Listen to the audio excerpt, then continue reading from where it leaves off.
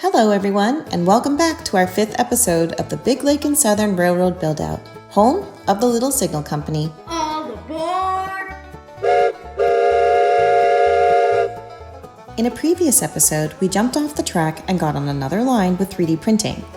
In that episode, we actually showed you something that was finished, but wasn't yet featured in a previous recording. So today, we will explore how we finished the section that is shown in this recap video of episode 4. So we are hitting the rewind button to show you how we finished the elevated section behind the lanai and how we moved a grand total of over 40,000 pounds of sand and fill mix to get only 3/4 of the turn done around the magnolia tree.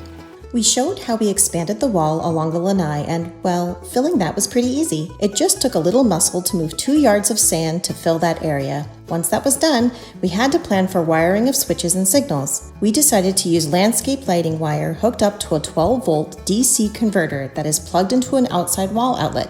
Easy enough there. Before we get to the real work of what we've been up to, we first want to thank all of you that have taken the time to like and subscribe to our channel.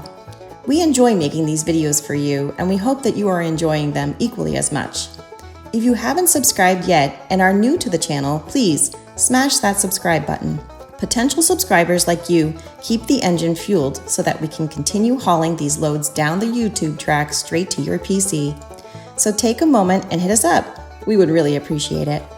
Sand packed, we started laying our capstone one by one. Because this line is straight, laying these in went quickly. As you can see from the still image shots, we are using the liquid nails Fuse-It to secure the bricks, and there was no need to cut them. Brick by brick, they go down quickly, checking level on each to make sure that everything is true. Rather than lay our track on sand, we cut bricks from a larger cast paver and laid those in, leveling them as we went and using reclaimed asphalt in between to keep them set in place.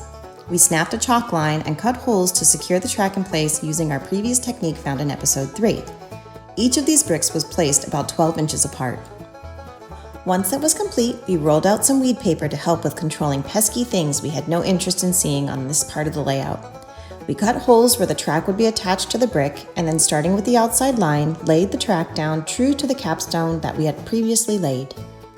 Using a square, we then set a distance so that we could lay in the next rail line, giving us 8 inches of separation between the center of both rails. Lastly, the siding rail, and before you know it, we have our 3 tracks in place.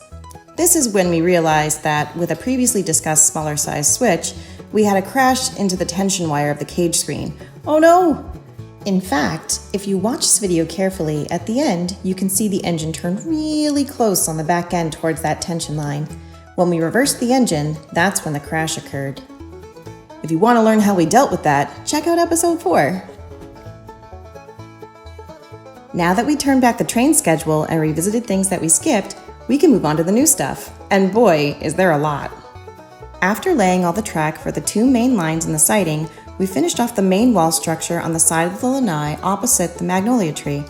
This will eventually be the second half of the dog loop, will transition into phase 2 and/or phase 3, and have a small narrow gauge loop in the middle. We will show you the rough design of that once we process the aerial photos we had taken. We had to be creative with filling in the concrete because this wall is curved with an 8-inch radius. Thus, you see all the clamps holding the wood in place so the concrete will form to the curve. Once this was done, we decided to focus all of our attention on the magnolia side once more so that we could finally connect the main line to the tunnel we spent so much time building. Our first step was to bring in sand. Lots and lots of fill sand. We started along the wall to ensure that we could set the correct level line we needed to achieve a 2% grade. Yard after yard after yard, we slowly moved all the sand from our truck and trailer to fill in against the wall. The previously mentioned large rock was steadily rolled up higher sand levels until it reached the top and was set in place. We will use this as a portion of the scenery later. More sand, more wall adjustments to ensure that the 2% grade would be met without creating mounds of sand that could spill over the side, and even more sand, we finally stake and set lines to see how the overall grade looks. Not to toot our own whistle, but due to impeccable advanced planning, the grade is good and we are ready to keep filling. We are going to have a double main line, but one will cross over the other. The one on the left will loop around the magnolia and come through the tunnel, while the one on the right will be constructed on a bridge that will slope down on the outside of the wall. They will eventually meet up together and travel down the length of the lanai in the opposite direction. The outside line will have the option of looping around a future planned fire pit for entertainment. That said, we needed to create another small retaining wall that came off the tunnel and towards the Magnolia a bit. This was to help with grade and sand retention and eliminate the need for a steep slope coming around and across the line heading into the tunnel. With that set, we continued to backfill with more sand. So much more sand. After nearly 40,000 pounds of sand and sand fill, we finally were able to lay down a base for the track to run on. Therefore, we went to the store and got some PVC molded edging and stakes. We cut the molded edging in half so that we had approximately 2 inches of height. From there, we laid the edging in place with stakes to initially get the shape of where the track would go. I 3D printed a tool that had a 2% grade to it and used a level to ensure that all of the edging sloped at the desired 2% grade. Additionally, we banked each turn slightly with about a 1% grade flowing towards the inner portion of the curve. This would give the appearance of a realistic-looking curve coming down a hill. Tested and set, we poured the first portion. Keep in mind that concrete doesn't stick to PVC, so this made it easy to keep the mold shape, let it set, and then remove the molding to be used again for the next section. 3 poured sections in total were required, approximately 60 feet of run for the one main line to travel from above the tunnel, around the magnolia tree, and back down to the tunnel entrance. Concrete down and banked, we used a rail bender and began laying down the track.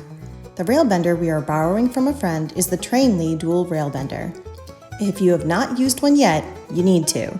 This is the easiest way to bend rails for your G-scale layout. Rails bent, track temporarily fit and set in place. We gotta say, this is really coming together.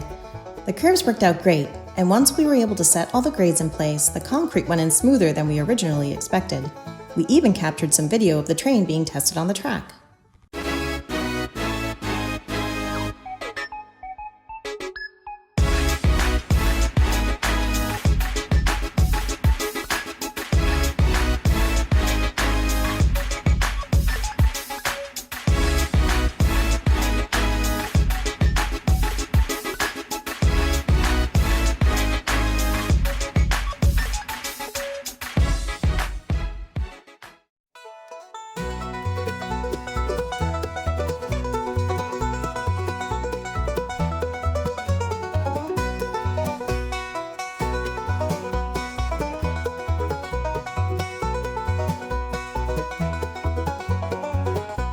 We wanted to let you know that we will be attending the Railroad Hobby Show as a vendor located at the Eastern States Fairgrounds in Springfield, Massachusetts on January 24th and 25th.